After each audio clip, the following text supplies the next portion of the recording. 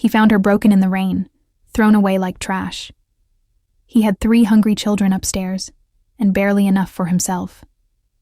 But what he did next changed all 5 of their lives forever.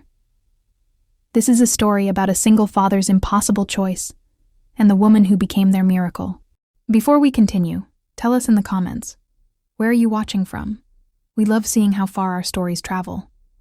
There are some nights when the world feels colder than it should, when the rain doesn't just fall, it accuses, when silence becomes louder than any scream, and when a single father realizes that no matter how tightly he holds his children, he cannot shield them from everything. Daniel Hayes had known that feeling for 3 years. He stood at the kitchen window of their small 2-bedroom apartment, watching the storm batter the streets below. It was past midnight. The triplets, Sophie, Lucas, and Mia, were finally asleep after hours of restless tossing. They were 6 years old now, their questions sharper, their memories longer, their needs bigger than his paycheck could ever stretch to meet. Daniel rubbed his eyes. The exhaustion was bone deep. He worked 2 jobs, morning shifts at a warehouse, evening shifts driving for a rideshare service. Between those hours, he was a chef, a nurse, a teacher, a hug giver, a monster chaser, a storyteller, a single thread holding 3 small lives together.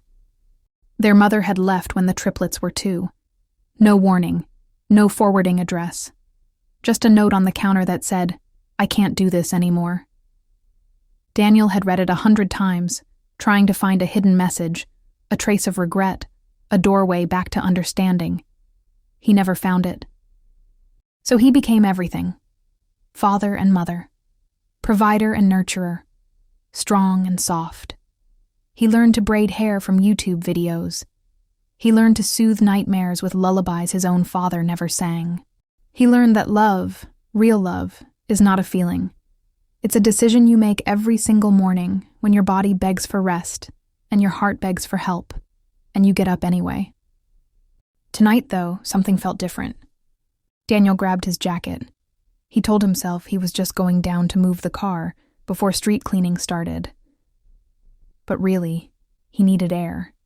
He needed a moment where no one needed him. The rain hit him the second he stepped outside, cold and sharp. He walked toward his beat-up sedan, keys jangling in his hand. That's when he saw her, a woman, crumpled on the sidewalk near the dumpster, soaked through, her arms wrapped around her knees. She wasn't moving. At first, Daniel thought she might be unconscious. Or worse. He froze. His instinct was to keep walking. He had 3 kids upstairs. He couldn't afford trouble, couldn't afford risk, couldn't afford another problem. But then she coughed, a wet, broken sound. Daniel cursed under his breath and jogged over. Hey, are you okay?" She flinched, pulling back like a wounded animal. Her eyes were wide, dark, rimmed with exhaustion and fear. Her clothes were drenched, her hair plastered to her face. She looked young, maybe early 30s, but her eyes looked older. Much older. "I'm fine," she whispered, voice hoarse. "Please, just leave me alone." "You're not fine. You're soaked. It's freezing out here." "I said I'm fine." Daniel crouched down, keeping his distance. "Look, I'm not trying to scare you, but you can't stay out here. You'll get hypothermia."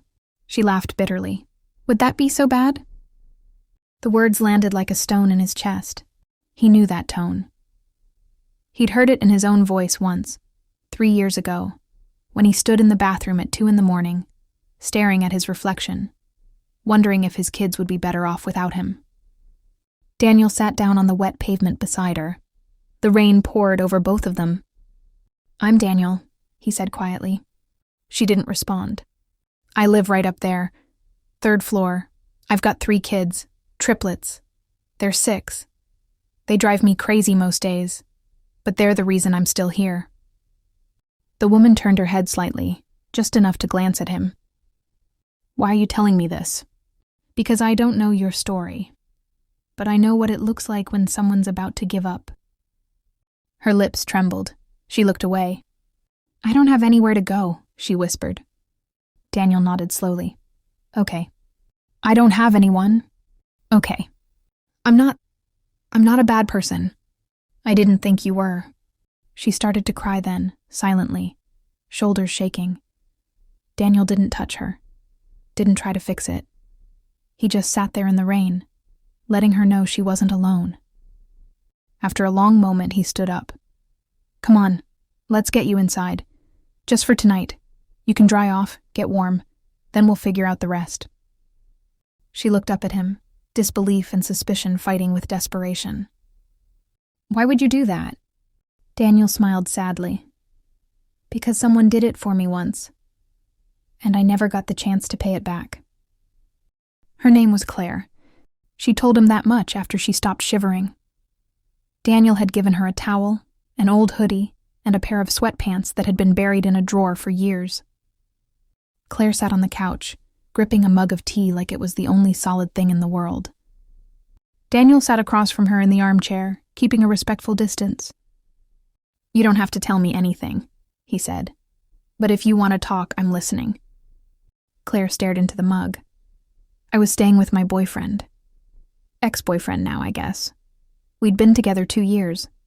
I thought he was different. Daniel stayed quiet. He wasn't.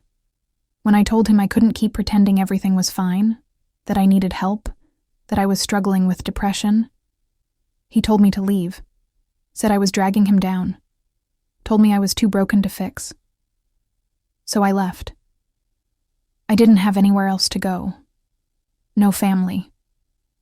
My parents died in a car accident 4 years ago. I have a sister, but we haven't spoken in 6 years. Not since I missed her wedding because I was in the hospital. She never forgave me for that. Daniel felt anger rise in his chest, not at her, at the world that did this to people, at the loneliness that broke them. I'm sorry, he said. Claire shook her head. Don't be. It's my fault. I push people away. I always have. I've been on that street for 3 days. I kept thinking someone would notice, that someone would care, but no one did. Until you. That's not true. What isn't? That it's your fault, that you're broken, that you're not worth caring about. Claire's eyes filled with tears again. You don't know me. No, but I know what it's like to feel invisible, to wonder if anyone would notice if you disappeared. She looked at him then, really looked at him. How did you get through it? Daniel glanced toward the hallway where his kids slept. I didn't have a choice. They needed me, so I had to need myself too. Claire wiped her eyes. I don't have anyone who needs me. Maybe not yet, but that doesn't mean you won't. The next morning, Daniel woke to the sound of laughter. For a moment, he thought he was dreaming. Then he smelled pancakes. He stumbled out of his bedroom, groggy and confused, and found Claire standing at the stove, flipping pancakes while Sophie, Lucas, and Mia sat at the kitchen table, giggling and talking over each other. And then the dragon ate all the broccoli, Lucas was saying, his hands waving wildly. Dragons don't eat broccoli, dummy, Sophie corrected, rolling her eyes. Maybe this one does, Claire said gently, sliding a pancake onto Sophie's plate. Maybe this dragon is trying to be healthy. Mia, the quietest of the three, looked up at Claire with wide eyes. Are you staying with us? Claire froze, spatula in midair. She glanced at Daniel. He cleared his throat. Claire stayed the night because it was raining. She's a friend. Can she stay longer? Lucas asked. She makes better pancakes than you, Daddy. Daniel laughed despite himself. Wow. Brutal honesty before 7 a.m. Claire smiled, a real smile, small but genuine. I should probably go. I've imposed enough. No, all 3 kids said at once. Sophie stood up on her chair. Please stay. We never have anyone over, and Daddy always looks so tired. Maybe you can help. Daniel's heart twisted. He hadn't realized how much his exhaustion showed, how much his children noticed. Sophie, come on. Claire has her own life to get back to. Actually, Claire said quietly, setting down the spatula, I don't. Not right now, anyway. Their eyes met across the small kitchen. I don't want to be a burden, she added quickly. But if you'd let me stay for a few days, just until I figure things out, I can help. With the kids, with cooking, whatever you need. I need a little time. Daniel wanted to say no. Wanted to protect his small, fragile world from any more complications. But he looked at Claire's face, at the hope fighting through the despair, and he remembered sitting on that wet sidewalk, remembered the stranger who once gave him a chance when he needed it most. Okay, he said. A few days, but you're not a burden, and you don't owe me anything. Claire nodded, blinking back tears. Thank you. Lucas pumped his fist in the air. Yes! More good pancakes! The days turned into a week. Claire slept on the couch. She insisted on paying her way somehow, so she took over most of the cooking and helped with the kids after school, while Daniel worked his evening shifts. She was gentle with them, patient in ways Daniel had forgotten to be when exhaustion made every request feel like a weight. Sophie opened up to her first. One afternoon, Claire was helping her with a drawing when Sophie said, "My mom left because we were too much trouble." Claire's hand stilled. Who told you that? Nobody. I just know. Lucas cries a lot. Mia doesn't talk much, and I ask too many questions. Daddy says it's not our fault, but I think it is. Claire set down the crayon and knelt beside Sophie's chair. Your mom left because she was struggling with something inside herself. Not because of you. Never because of you. How do you know? Because I've been that person, the one who runs away. And it's never about the people we leave. It's about the fear that we're not enough, that we'll fail them. Your mom was wrong to leave, but it wasn't because you weren't worth staying for. Sophie's eyes welled up. Do you think she'll ever come back? Claire hesitated. I don't know, sweetheart, but I know your dad will never leave. And that's the kind of love that matters most. Sophie hugged her then, small arms wrapping tight around Claire's neck. And something in Claire's chest cracked open, something that had been frozen for a very long time. Daniel noticed the change in his kids. They smiled more, fought less. Lucas's nightmares became less frequent. Mia started talking more at dinner. Sophie stopped asking when Mommy was coming home. And Daniel started sleeping more than 4 hours a night. One evening, after the kids were in bed, Daniel and Claire sat on the small balcony, sharing a beer and watching the city lights. Thank you, Daniel said, for everything you've been doing. Claire shook her head. I should be thanking you. You saved my life. I just gave you a couch. No, you gave me a reason to wake up. You reminded me that I'm not invisible, that I matter. Daniel looked at her. You do matter, Claire, more than you know. She smiled, but there was sadness in it. I need to tell you something. Daniel's stomach tightened. Okay, I've been looking for jobs, apartments. I found a position at a bakery across town. It doesn't pay much, but it's something. And there's a room for rent nearby. I can move out next week. Daniel should have felt relieved. Instead, he felt empty. The kids are going to be upset, he said. I know, I'll visit, if that's okay. Of course it's okay. They sat in silence for a moment. Can I ask you something? Claire said. Sure. Why did you really help me that night? The truth. Daniel thought about it. 3 years ago, I was standing in a parking lot at 2 a.m, trying to figure out how to keep going. I had just put the kids to bed, and I realized I hadn't eaten in 2 days. Hadn't slept more than 3 hours a night in weeks. I was completely out of money until my next paycheck. And I just broke down, started crying in my car like an idiot. Claire listened, not interrupting. This older woman, a stranger, knocked on my window. She'd seen me from across the lot. She didn't say much, just handed me a bag of groceries and a $100 bill. Told me, "You're doing better than you think. Keep going." Then she left. I never saw her again. Did you ever find out who she was? No, but she saved me that night, made me feel like I wasn't drowning alone. So when I saw you on that sidewalk, I guess I was trying to be her, trying to pass it forward. Claire reached over and squeezed his hand. You did. You really did. The next week passed too quickly. Claire packed her few belongings. The kids cried. Lucas clung to her leg. Sophie made her promise to visit every weekend. Mia, in her quiet way, drew a picture of all 5 of them together and handed it to Claire without a word.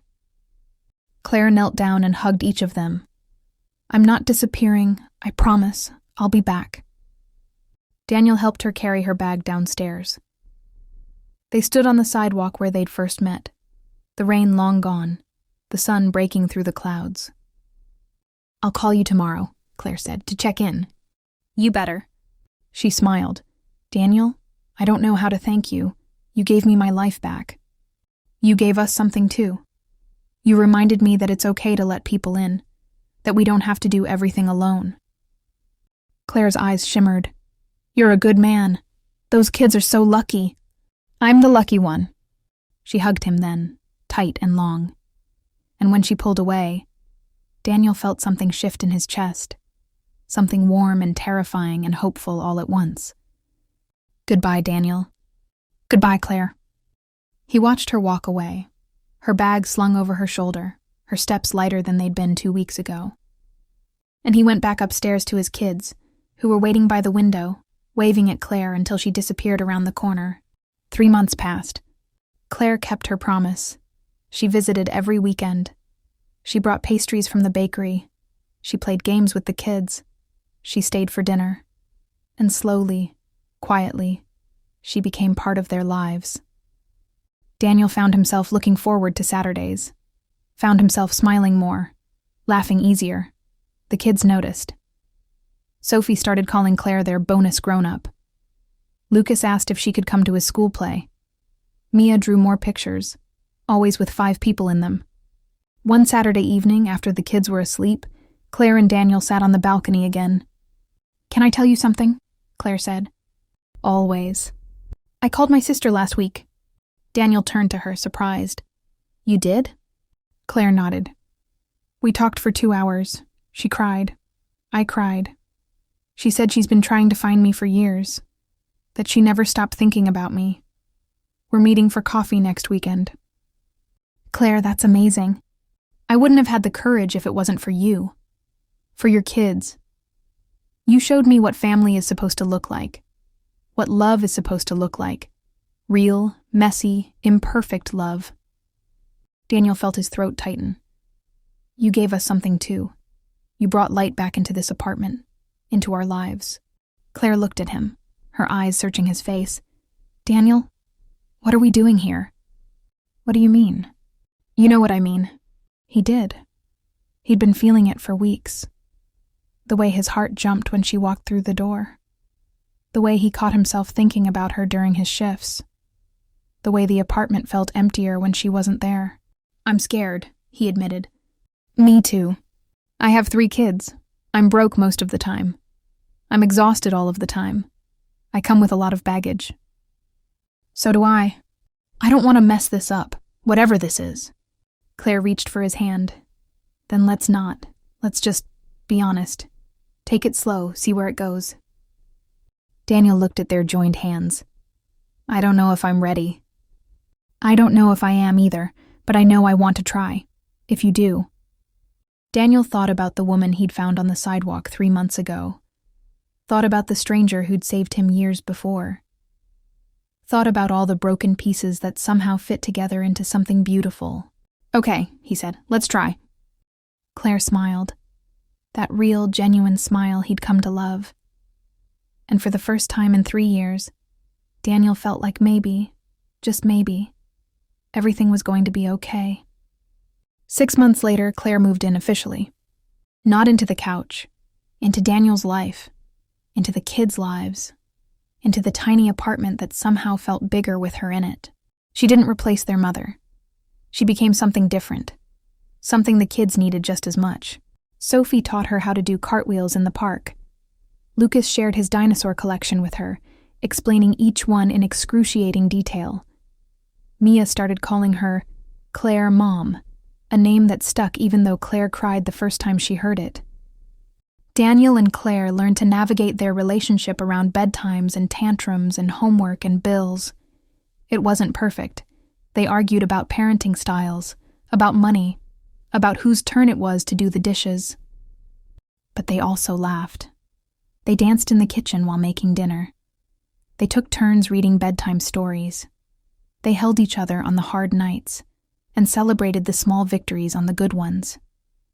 Claire found a better job at a restaurant. Daniel cut back to 1.5 jobs instead of 2. They started saving. Not much, but enough.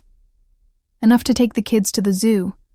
Enough to buy Sophie the art supplies she wanted. Enough to breathe a little easier. One evening, a year after that rainy night, Daniel stood at the same kitchen window where this had all begun. Claire was helping Lucas with his homework at the table. Sophie was singing to herself while coloring. Mia was curled up on the couch with a book. His phone buzzed. A text from his neighbor, Mrs. Patterson. "There's a young man outside. Looks lost. Looks hurt. Thought you should know." Daniel looked at Claire. She met his eyes and smiled knowingly. "Go," she said. "I've got them." Daniel grabbed his jacket. Some nights, the world felt colder than it should. But some nights, you got the chance to be the warmth someone else needed. And that, Daniel had learned, was what it meant to be alive. He walked down the stairs and out into the night, ready to pass it forward once again. The young man was sitting on the same stretch of sidewalk where Claire had been. He looked up when Daniel approached, his eyes hollow and afraid. Daniel sat down beside him.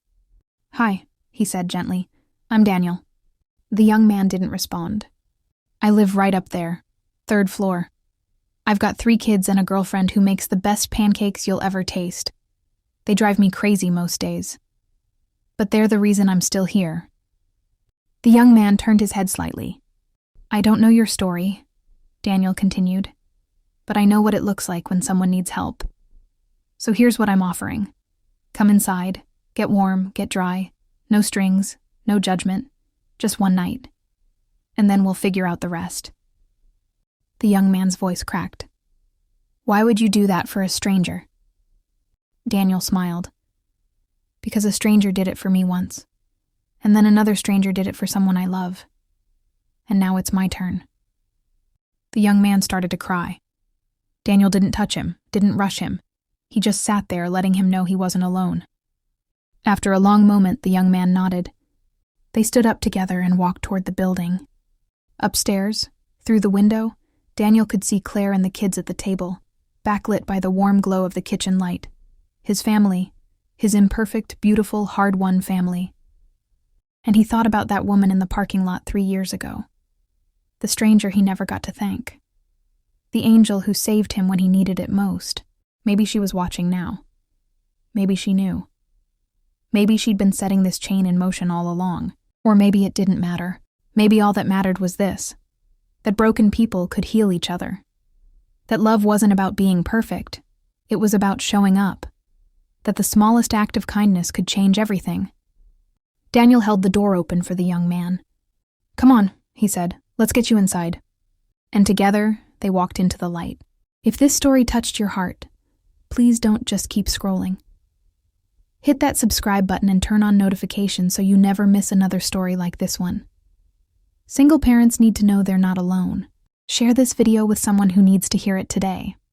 Drop a comment and tell me what moment hit you the hardest. Your support helps us tell more stories that matter. Stories about real struggles, real sacrifices, real love. Thank you for being part of the Behind Every Heart Stories family.